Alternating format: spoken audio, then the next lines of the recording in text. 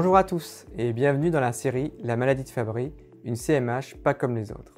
Cette série est un ensemble de vidéos tutoriels sur le diagnostic de la maladie de Fabry. Aujourd'hui, nous allons voir ensemble les signes d'appel de la maladie à l'ECG.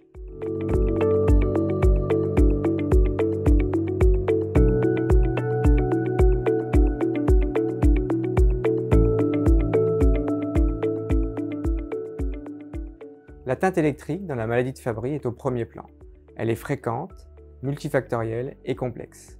Les propriétés électrophysiologiques propres des glycosphingolipides et les modifications structurelles et fonctionnelles liées à leur accumulation cardiaque expliquent les modifications de l'ECG. Ces modifications électriques vont évoluer avec la progression de la cardiomyopathie. On distingue schématiquement des signes précoces et des signes tardifs, en sachant que certaines anomalies peuvent se voir à tous les stades de la maladie. Les principales anomalies observées sont un PQ court, une HVG, des troubles conductifs intraventriculaires, des modifications du segment ST, une inversion des ondes T, une bradycardie. Les troubles conductifs et les arythmies atriales et ventriculaires sont également fréquents et surviennent plus tardivement dans l'évolution de la pathologie.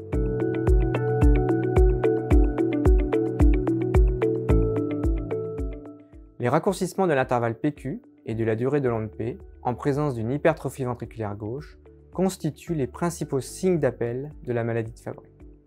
Un intervalle PQ court a été rapporté chez 2 à 40% des hommes, typiquement sans présence de préexcitation. L'intervalle PQ court est classiquement considéré comme un signe précoce dans la maladie de Fabry. Il n'est pas lié à la présence de voies accessoires, mais serait plutôt attribué à une conduction auriculo-ventriculaire supranormale favorisée par les dépôts de glycosphingolipides.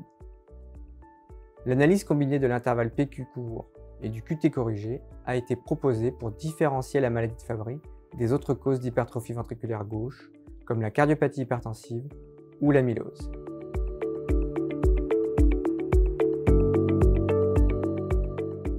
Avec l'évolution de la cardiomyopathie, en plus des signes d'hypertrophie ventriculaire gauche, on assiste à l'allongement progressif de l'intervalle PQ et à l'élargissement des QRS. Les blocs de branches sont fréquents, surtout chez les hommes. Leur prévalence augmente avec l'âge. Le bloc de branche droit semble plus fréquent que le bloc de branche gauche. Des anomalies de la repolarisation, incluant les modifications du segment ST à type de sus ou sous-décalage et l'inversion de l'onde T, sont des marqueurs d'HVG et de fibrose. Lorsqu'elles sont présentes dans les dérivations V5-V6, ces anomalies correspondent à de la fibrose myocardique dans le territoire inférolatéral, qui est la zone préférentiellement touchée dans la maladie de Fabry.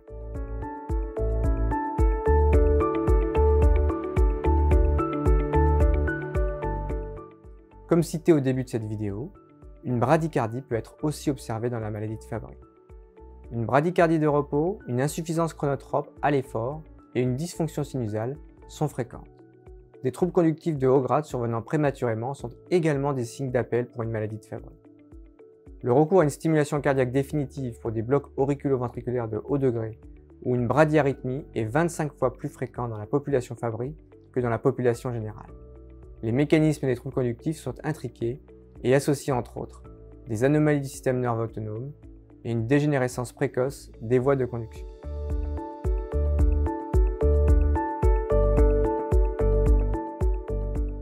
Les arythmies atriales et ventriculaires sont prévalentes et très liées à l'âge du patient. La fibrillation auriculaire est très fréquente. Chez les patients de plus de 50 ans, sa prévalence est 12 fois plus élevée que dans la population générale.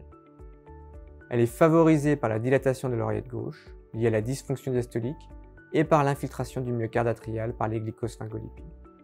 Enfin, les arythmies ventriculaires comme les tachycardies ventriculaires soutenues ou non soutenues sont fréquentes dans les formes évoluées de la maladie de Fabry. Jusqu'à 30% des patients appareillés d'un holter implantable vont présenter ce type d'arythmie ventriculaire. La prévalence des TV soutenus approcherait les 15%.